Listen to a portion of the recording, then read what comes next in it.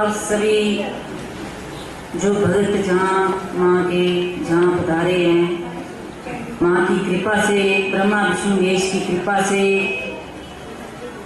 सत्य गुरु की कृपा से, दान देवते की कृपा से, क्योंकि जो सुबह से जहाँ बैठे हैं, माताएं बहनें हैं, बच्चे हैं, बंधु हैं, भाई हैं, जो भी जहाँ हैं, सुबह से जहाँ आए हैं, कोई सेवा में लगा है, कोई भजन की सेवा दे रहा है, कोई ऐसे ही सेवा दे रहा है, जो बैठे हैं चाहे अपने दुख निवारने के लिए, कैसी भी तरह जो बैठे हैं जहाँ आए हैं, प्रभु की कृपा से आए हैं, उन सभी को मेरी तरफ से कोटि कोटि प्रणाम है, कोटि कोटि वंदना, कोटि कोटि नमन।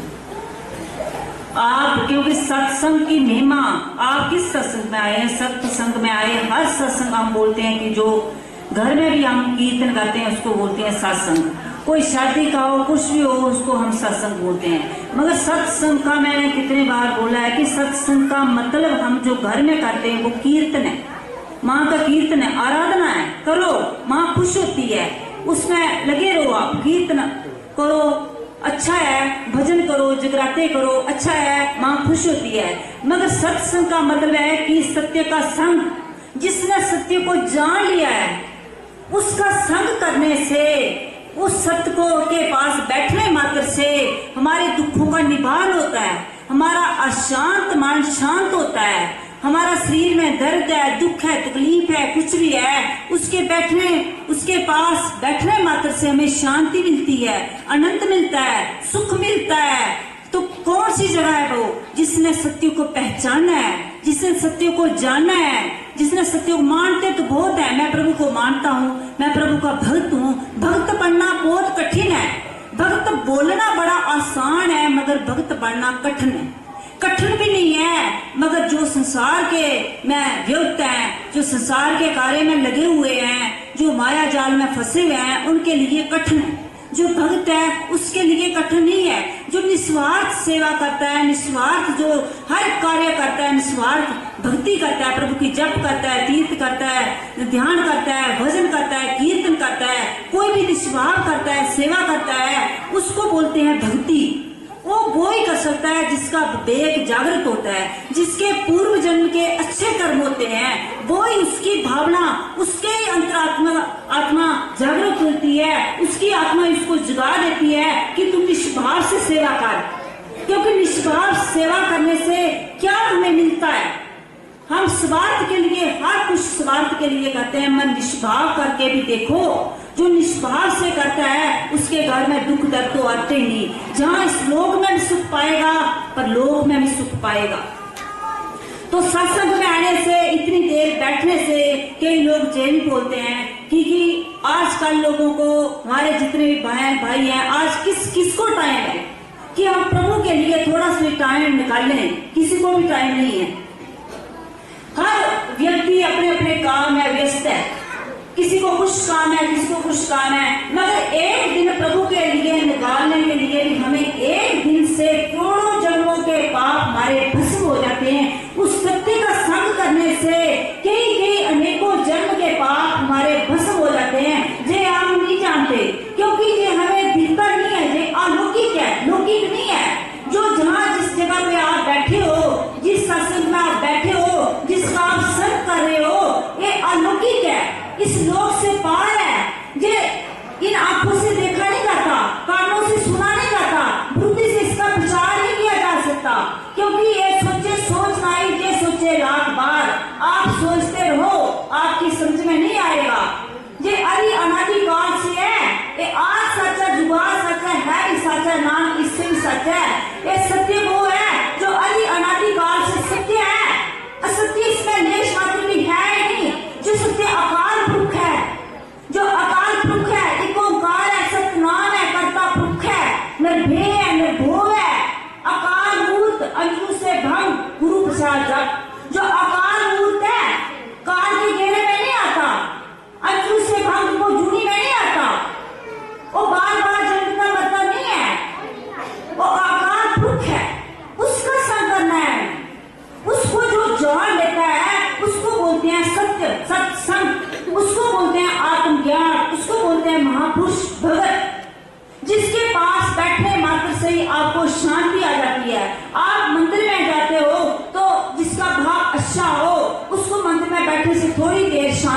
आनंद आएगा, सुख आएगा वहां बैठे मात्र से, क्योंकि वहां प्राण प्रतिष्ठा कराई हुई है प्रभु की। प्रभु वहां मूर्ति में साक्षात विराजे हैं।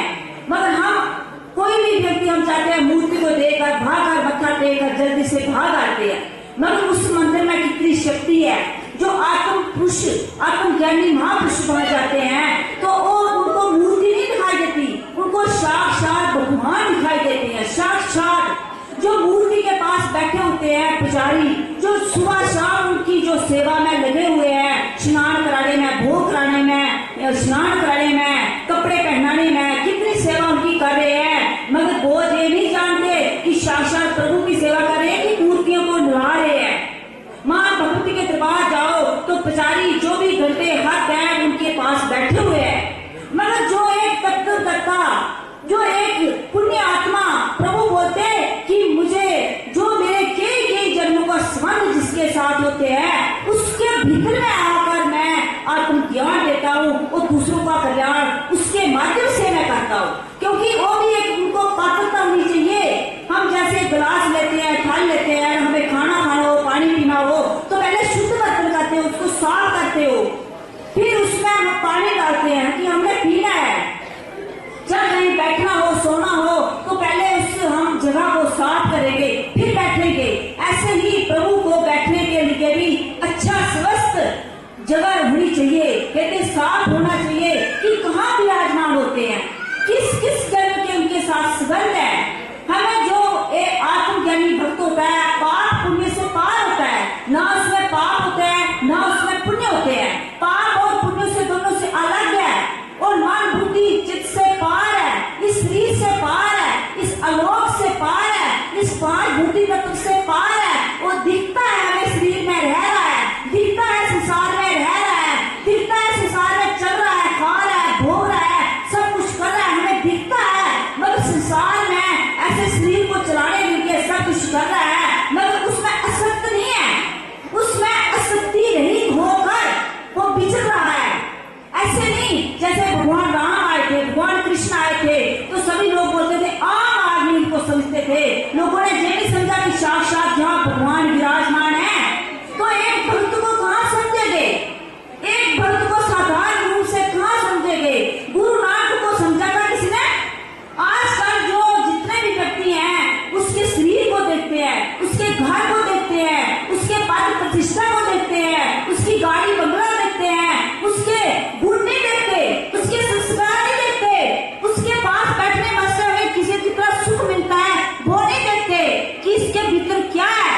प्रभु बोलते हैं मेरा भक्त एक भोग बैठा मिलेगा जहाँ एक कक्कर पत्थर में एक मिट्टी और सोना उसमें एक समान होगा, मिट्टी और सोने में वो कोई फर्क नहीं देखता, वो मेरा एक भक्त है।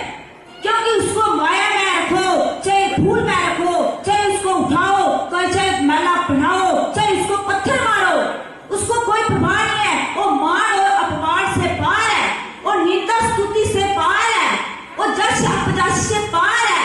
उसको जे कोई उसका लाभ नहीं, क्योंकि आने जाने वाले हैं, ये भौतिक है, ये संसारी है, ये मिटने वाले हैं, ये नाशवान है। जिस शरीर भी नाशवान है, जिसको हार पहनाओगे, जिसकी जय जय करोगे, जिसकी आरती उतारोगे, ये पांच तत्व का पुतला है, एक मिट्टी का पुतला है। हमने उसको आरती करनी है, उसको हार पहनाने हैं जो इसको चिल्ला रहा है, जो आज सच जुगाड़ सच है, जो सत्यों से सच्चा है, जिससे संसार चल रहा है, जिससे संसार में क्रियाशील हो रही है, जो पशु पक्षी जो सभी को जो चला रहा है, जो सभी को चेतना दे रहा है, जो सभी के साथ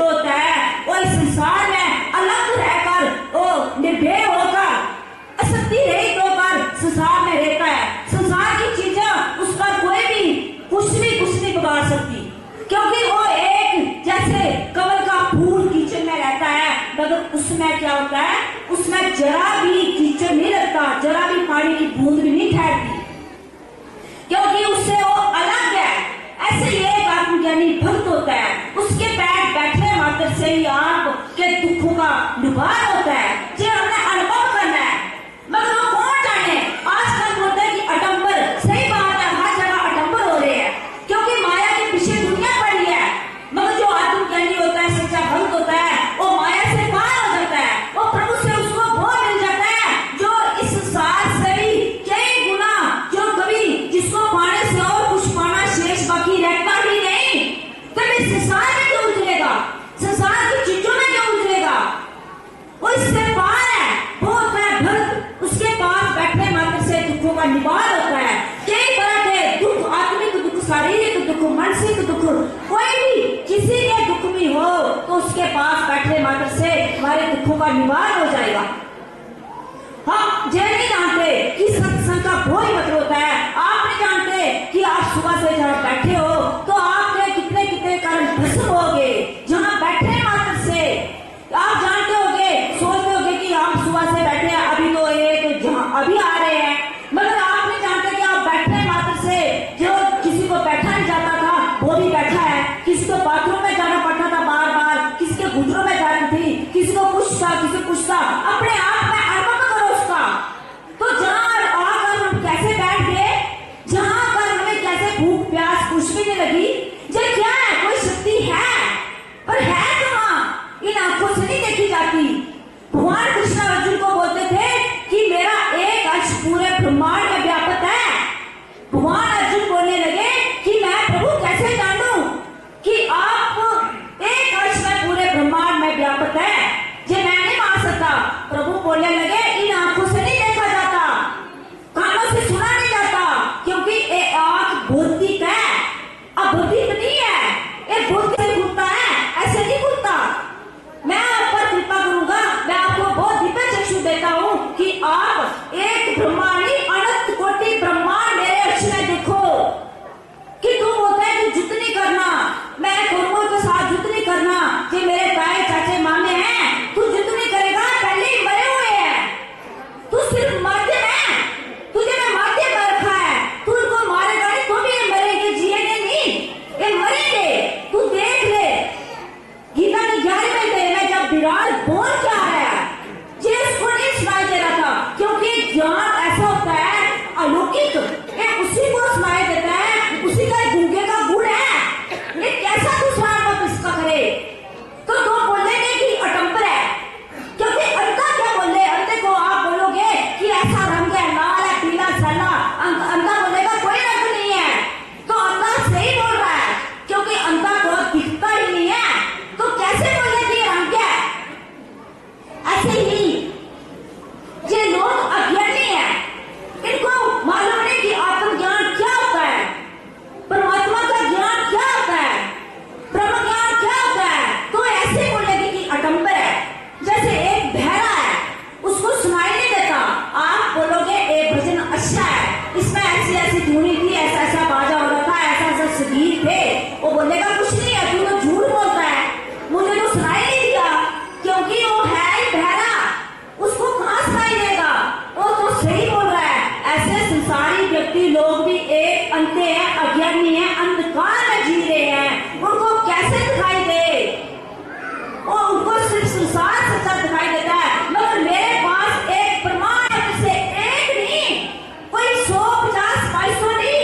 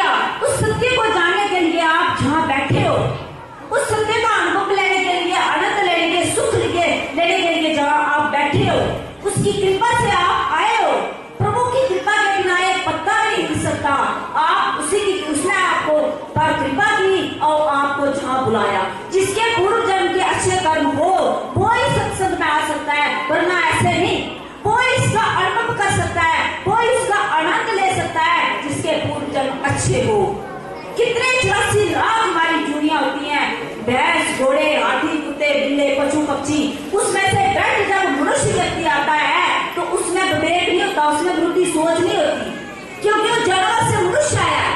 वो कहाँ सत्संग में आएगा, कहाँ सत्संग में विचार होगा उसका। वो लोग एक असुर बन जाते हैं, एक राक्षस भाव बन जाते हैं, वो एक सत्य का निंदा करने लग जाते हैं, सत्य की निंदा करेंगे कि ये कमता है, ये जैसा है, क्योंकि उसकी सोच में ये आता ही नहीं, उसकी समझ में आता ही नहीं। वो उसकी आंखों में ये दिख रहा है कि लोग ठीक हो रहे हैं, कैसे हो रहे हैं, मगर उसकी सोच में ये भी नहीं आता, क्योंकि हर व्यक्ति अभी विज्ञान है और कुछ देख कर किसकी कुछ बनाने की नकल कर सकता है, मगर आत्मज्ञान किसी की नकल से नहीं होता, प्रभु की प्राप्ति किसी की नकल से नहीं आती। अगर भक्ति है तुझे करके दिखाओ। हम कपड़े पहन सकते हैं, वाहन रख सकते हैं, गाड़ी रख सकते हैं, झोले पहन सकते हैं, स्वर्ग में जैसा कमंडल ले सकते हैं, मगर हम प्रभु की प्राप्ति नहीं कर सकते। उसके बैठने मात्र से, जिसके बैठने मात्र से सिर्फ लोगों ठीक होते हैं, सत्य वो है, ऐसे सत्य नहीं है, उसको बोलते हैं आत्मज्ञान। तुम किसी को ठीक करना क्या किसी की नकल है?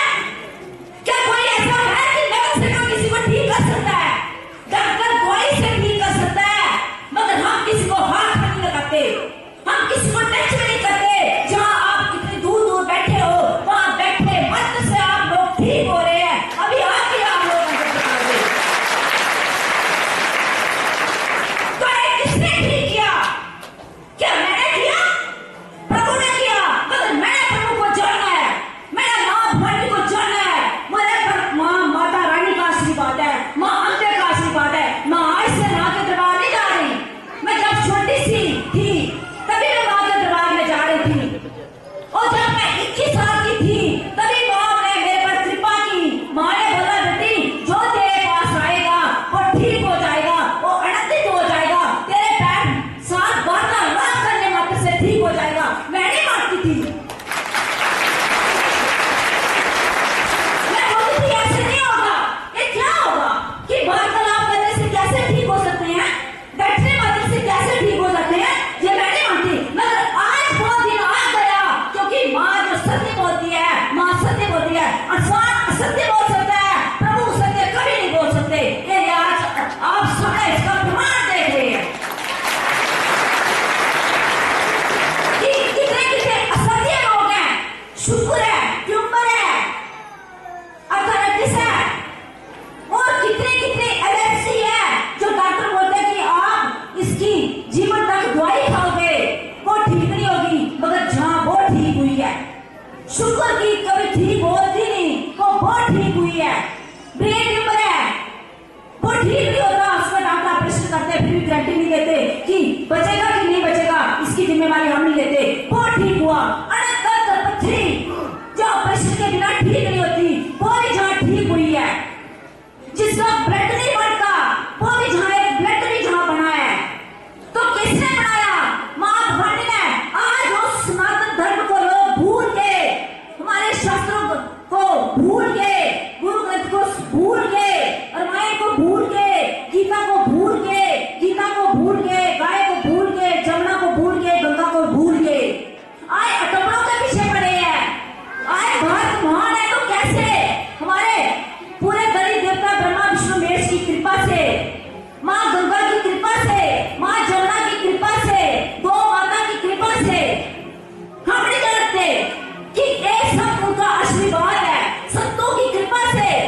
भारत महान जो हमारा महान है, जो चल रहा है, हमारी संस्कृति जो अभी चल रही है थोड़ी थोड़ी, ये संतों की कृपा से। मेरे पास एक संत की कृपा नहीं है, अनंत संतों की कृपा है। मैं एक संत के पास है, गुरु के पास नहीं गई, अनंत गुरुओं के पास गई। मैं आज से साधना नहीं कर रही,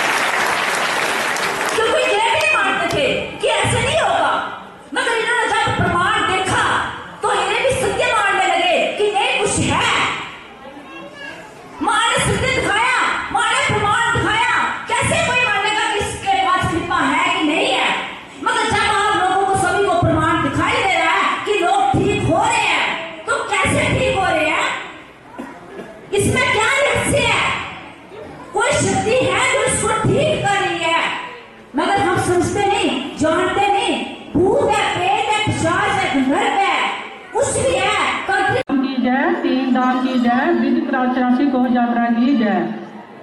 मेरा अनुभव है, मैं 10-12 साल से बीमार थी, बहुत देर से बीमार थी। मेरे 15 साल हो गए मेरे घर वाले की डैथ हुई ही, तो बाद में 3 बच्चे रह गए मेरे छोटे छोटे। तो मैं दिन रात मतलब टेंशन तो रोंदी और टेंशन तो रोने का कारण भी मतलब एसिड बनना स्टार्ट हो गया, जिद कन्नै मेरा मैदा जोड़ा है बिल्कुल खराब हो गया होना। मैं उधमपुर मतलब मेरे घर जो उधमपुर न मायका मेरा जंगराह है, तो मतलब कोई मतलब गत नहीं छोड़िया, उधमपुर नहीं छोड़िया, कोई जम्मू नहीं छोड़िया। ज़्यादा कि मैं 7-8 साल हुए फिर इन्नी बीमार हुई कि मेरा जो लीवर है वो बिल्कुल नहीं डैमेज लग गया होना। डॉक्टर ने सारे जवाब देइए, फिर मैं इन्नी बीमार हुई कि मैं सोचा मतलब इन्नी बिल्कुल बैड पर आई थी। फिर रोआ सिर्फ दिन रात रोंदी कि भगवान वाली बक्खी मेरा बड़ा ध्यान होंदा, बचपन का भगवान के कन्नै मेरी बड़ी लगनी, तो इन्ना ध्यान होंदा हा। मैं दिन रात आखा भगवान मैं बच्चे पालती रही, सारे ने बड़ी कुड़ी में ब्याही दित्ती दी, तो मुंडा जो मेरा छोटा हा, वो छोटा मुंडा जो मेरा कोई 17-18 साल का, तो आखा भगवान बच्चे में पालती रही। तो मैं थोड़ा किश नहीं करते रात रोना, तो दिन मतलब इयै बोलना मैं आखा मैं किश नहीं किया, भगवान थोड़ा ना नहीं लैता, किश ना नहीं लैता। अच्छा इयै करती रही मैं।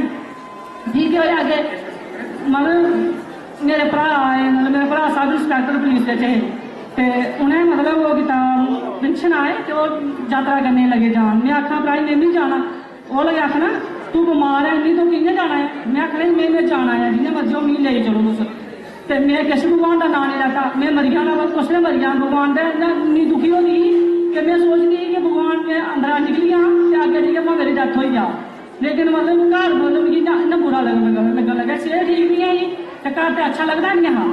फिर वो आखन लगे अच्छा चल मेरे भरा भरजाई मैं अस तीनों मतलब 4 धाम की यात्रा पर निकली है, बद्री नारायण, केदारनाथ, जमोत्री, गंगोत्री, हरिद्वार अस उधर चलिए। 15 दिन का टूर है।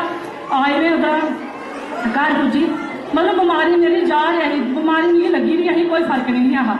फिर मैं 1 साल के बाद 1 साल होया तो फिर मैं आखन लगे 3 धाम जाना। मैं बोलन लगी मैं 3 धाम भी जाना है, मिगी ले चलो। अच्छा फिर वो 3 धाम भी लेइयै गए। ऑल इंडिया की यात्रा की, जिथे जिथे ने अस मतलब हर जगह रुकते हैं अस, मतलब जिधर चले अस पूरी ऑल इंडिया की जाके मतलब बाहरले देश मतलब नेपाल है साढ़ा पशुपतिनाथ, उत्थे भी अस गए दर्शन करने वास्ते। उत्थे गए गंगा सागर के, वेस्ट बंगाल, कर्नाटका, उड़ीसा, बिहार, बंगाल, अयोध्या मतलब मथुरा, फिर इधर कन्याकुमारी, कश्मीर कशा लेकर कन्याकुमारी तक मैं गई। जिथे चलते अस उत्थे 1 रात का स्टे जरूर करते हैं। जब स्टे करना तो शामी वेले अस निकली आना कि कोई इत्थे कोई मदद लायक डॉक्टर होवे, इत्थे कोई मदद लायक डॉक्टर होवे तो मिगी मतलब ठीक करे। तो मतलब मैं सारा दिन मिगी पुछया मतलब जिथे मैं जाना डॉक्टर साहब जी मिगी एसिड बनता, मेरा लीवर खराब है। तो वो बोलते उन्हें बोले तो उधमपुर डॉक्टर नहीं आखेदा कि तू फार्मेसी में जाके उन्हें तेरा लीवर का बिल्कुल इलाज नहीं है। मेरे डॉक्टर ने लास्ट में आख्या कि फार्मेसी में जा तेरा इलाज नहीं है। तो फिर मैं आखा इन्नियां चीज़ां आखदा मैं जिथे जिथे गई मैं 1 रात जिथे रोना। ओम नमो नारायण। मंच पर बैठे जय महाराज, जय महारानी जी और दूर दराज का आई हुई माता भैन, भाई, बुजुर्गों, बच्चों। मेरा नाम ज्ञानचंद है, रिटायर जैडी है। मैं कोई 9 साल हुई है रिटायर हो गया, तो पहला बिल्कुल ठीक हाँ। रिटायरमेंट के बाद मेरी शुगर की प्रॉब्लम शुरू हुई, तो मैं रामनगर भी इसका इलाज कराया डॉक्टर ने कहा, लेकिन मेरी दवाई खाधी लेकिन कोई खास फर्क नहीं हो। फिर मैं उधमपुर का भी डॉक्टर ने दवाइयाँ खाधियाँ लेकिन कोई खास फर्क नहीं हो। फिर मैं जम्मू गया बत्रा अस्पताल, इतने भी कई दवाइयाँ खाधियाँ लेकिन कोई खास फर्क नहीं सही। बख्शी नगर मेडिकल कॉलेज उठा भी दवाई खाधी लेकिन बाद में दवाई खाना डालने ठीक है लेकिन कोई खास फर्क। फिर मैं राजस्थान गया और उत्तर का भी मैं कोई दवाई खाधी लेकिन थोड़ा फर्क नहीं लगा लेकिन कुछ अर्सा के बाद जी मैं दवाई खाना शुरू की उं मेरी शुगर जी ज़्यादा होना शुरू हुई और बड़ी घबराहट हुई अपने दिल के मैं अपना जिनी कैपेसिटी हो सकती हर जगह गया लेकिन पता नहीं कि बुलाया की जाती है, हर किस्म की दवाई खावड़ी फर्क नहीं सही हुआ। भी एक दिन ही मैं भुलदा भुलदा और इतने भंडारी की बाई पर गया सत्संग वाला, लेकिन मैं इहदे बारे कोई नहीं खास जानकारी नहीं थी। मैं अपने गया, लेकिन मैं इहदे प्रवचन सुने, कुछ की बड़ी अट्रैक्शन हुई कि बड़े अच्छे बोल जोड़े मेरे दिल ही लगे कि बड़ी हाई क्वालीफाइड कोई देवी महात्मा 12 आईडियन कुछ सुनाया। तो मैं क्या चलो सुनने से ही कोई विचार सुने, लेकिन मैं इन्हें कोई खास अंडरस्टैंड नहीं हो सकी। थोड़ा लेट गया, मैं शुरू की गल नहीं समझना आई। लास्ट मैं बैठा, फिर मेरे दिल में ख्याल आया कि मैं घर गया। घर जाइए ने 2 घंटे मेरे कन्ने लाए और मिकी ने समझाया, मेरी बड़ी समझ आई। और इन्हें जी बीवी मिकी दसी कि मैं इन्हें जल ले लिया और माला लेती, हवन लेता और विधि पूर्वक जी ने मुझे समझाया, मैं ये करता गया। तो ठीक 1 महीने के बाद मैं अपनी शुगर पहले भी टेस्ट कराई, लेकिन बाद भी कराई, तो मेरी शुगर जी नॉर्मल हुई। तो मैं फिर दोबारा ये अज सत्संग रहा, कल मैं शुगर अपनी टेस्ट कराई, तो हूँ भी मेरी शुगर जी नॉर्मल आई। तो मुझे बड़ा चमत्कार सही हुआ कि दवाइयां का मैं खाना, इन्हें मुझे आख्या कि दवाई बंद नहीं करनी, दवाई तो मैं खाना, लेकिन ये है कि मेरी शुगर जी नॉर्मल है। पता नहीं दवाई करना है या इनकी आशीर्वाद करना है। तो अजे तक तो मैं अपने आप की पहला बोला बड़ा अच्छा समझना। तो मैं सारे साथियों की सही आखना कि इतना कोई ऐसा फ्रॉड नहीं है, कोई ऐसी गल नहीं है, सिर्फ विश्वास है। अगर तुम विश्वास रख लो तो फ्री ऑफ कास्ट थोड़ी सेवा एक किस्म की साढ़े वास्ते आए दिन, और असें इनका लाभ लेना चाहिए। और जब बड़ा ज्यादा प्रचार पूरी हर जगह जितने साड़ी माफी है, उत्थे सारे लोगों को ये गल सुनानी चाहिए। बड़े सारे लोग बीमार अस्पताल खज्जल हो आते, कोई कुदरत गहना ही फैसला। तो मैं ये बड़ी अच्छी चमत्कार समझी, क्योंकि कल युग का लास्ट समय है। इस वे परमात्मा की चमत्कार जी है वो देवियों द्वारा है। ये जी सूक्ष्म दवाइयां फेल हो जा रही और दवाएं काम जा रही हैं। तो इस गल इंडिया ने दवाई लेनिया ने सन, और जिन्हें सेवा साड़ी करा देन आज परमात्मा है इनका शुक्रिया अदा करने, इनका भी करने और भगवान का भी करने कि जिन्ने भी लोग हैं भुले भुलाए जोड़े हैं उन्हें सारे इतना सुनाओ, ताकि वो आन सिर्फ इनका प्रवचन सुनना और अगर उनकी बीमारियां दूर हो जाते तो आप दूर नहीं हो जाएगा। अच्छा, ओम शिवा। मैं रामनगर की ही रहने वाली हूँ, बट मेरी शादी उधमपुर में हुई है और मैं एक गवर्नमेंट एम्प्लॉय तो नहीं बट प्राइवेट टीचर हूँ। मैं आपको अपना अनुभव बताना चाहती हूँ कि मुझे लीवर इन्फेक्शन थी। लीवर इन्फेक्शन मीन्स मैं हफ्ते के 2 दिन हॉस्पिटल में काटती थी, चाहे मैं पानी पीती, चाहे मैं खाना खाती, कुछ भी करती थी, मुझे वॉशरूम जाना पड़ता था। तो एक दिन मैं अपने घर आई, मम्मा ने मुझे बताया कि ऐसे ऐसे सत्संग प्रभु कृपा का शुरू हुआ है, तो तू वहाँ भी जाके देख ले। मैंने उधमपुर के सारे डॉक्टर्स की दवाई खाई थी और आप विश्वास करोगे हमारी कोई फाइनेंशियली कंडीशन भी इतनी अच्छी नहीं थी कि मैं अपना स्कूल जाना छोड़ सकती। तो मैंने रात को ग्लूकोज, शाम को ग्लूकोज चढ़ाना और सुबह अपना स्कूल अटेंड करना, स्कूल से अटेंड करके शाम को फिर ग्लूकोज चढ़वाना जाती। तो मैं अपनी जिंदगी से परेशान हो गई थी। आप विश्वास नहीं करोगे, मैं सुबह जब स्कूल जाती थी मैं पानी का घूंट भी नहीं पीती थी। स्कूल से 3 बजे मैंने ट्यूशन खत्म करके जब घर आना, मैंने तब पानी पीना, तब खाना खाना और फिर वॉशरूम जाना। स्कूल में भी पानी नहीं पीती थी। सब टीचर्स मुझे कहते थे कि आप पानी नहीं पीते हो, तो मैं इसलिए बोलती थी कि अगर मैंने पानी पिया तो मुझे वॉशरूम जाना पड़ेगा और मुझे अच्छा नहीं लगता है।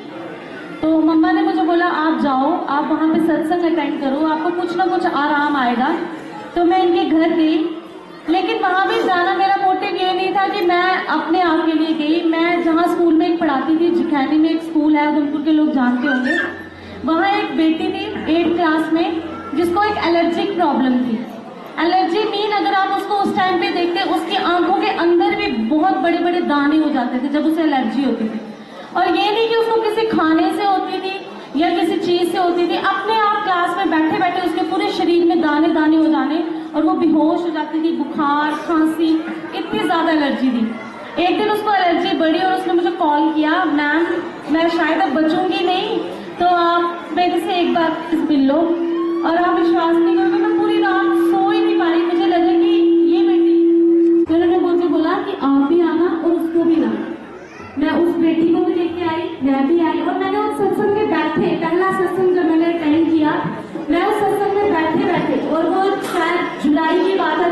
2013 की। मैंने वो सत्संग अटेंड किया और मैंने वहाँ बैठे बैठे जो जल की बोतल अभी आपने अपनी गोद में ली है, उसी जल की बोतल का एक ढक्कन वही बैठे बैठे सत्संग में बैठे बैठे किया। और वो दिन और आज का दिन है, मैंने दोबारा लिवर इन्फेक्शन की दवाई नहीं खाई। अब वो अपने साथ लेकर गई थी, उसकी भी एलर्जी बिल्कुल खत्म हो गई है। उसने 4-5 सत्संग अटेंड किए, लेकिन उसके बाद वो शायद सत्संग नहीं आना चाहती है क्योंकि ठीक हो चुकी है। जो एक बार ठीक हो जाता है वो दोबारा आने का नाम नहीं लेता है। तो अब वही प्रॉब्लम उसको नहीं हो रही है बट उसके भाई को हो रही है। ये जो प्रॉब्लम है अब उसके भाई को आ रही है, यानी कि आप से कोई पैसा नहीं मांग रहा है, कोई कुछ नहीं मांग रहा है, सिर्फ सत्संग में आना है, बैठना है और एक संडे का दिन निकाला जहाँ पर आपके बच्चों को छुट्टी होती है, मैक्सिमम आपके हस्बैंड को छुट्टी होती है, तो एक दिन आप निकाल सकते हो। जैसे मैं निकाल के आती हूँ तो मैं मानती हूँ कि आप भी निकाल सकते हो। तो उसके बाद से और आज का दिन है, मैंने हर एक सत्संग में टाइम दिया। हाँ, कोई बड़ी इमरजेंसी बनी हो, मैं नहीं आ सकती हूँ, तब मैं इस सत्संग को छोड़ती हूँ। और इसी से इन्होंने मेरा भाव देखा शायद, तो मुझे ये यहाँ पर ये सेवा दी। मैंने इनको बोला मुझे कोई सेवा भी दे दीजिए, तो मुझे इन्होंने भक्ता की सेवा दी कि आप लोगों को गाइड करूँ कैसे बैठना है, क्या इस जल को कैसे इस्तेमाल करना है, और अपने से पूरी कोशिश करती हूँ। आशा करती हूँ कि जैसे मेरे दुख दूर हुए आप लोगों के भी दुख दूर होंगे।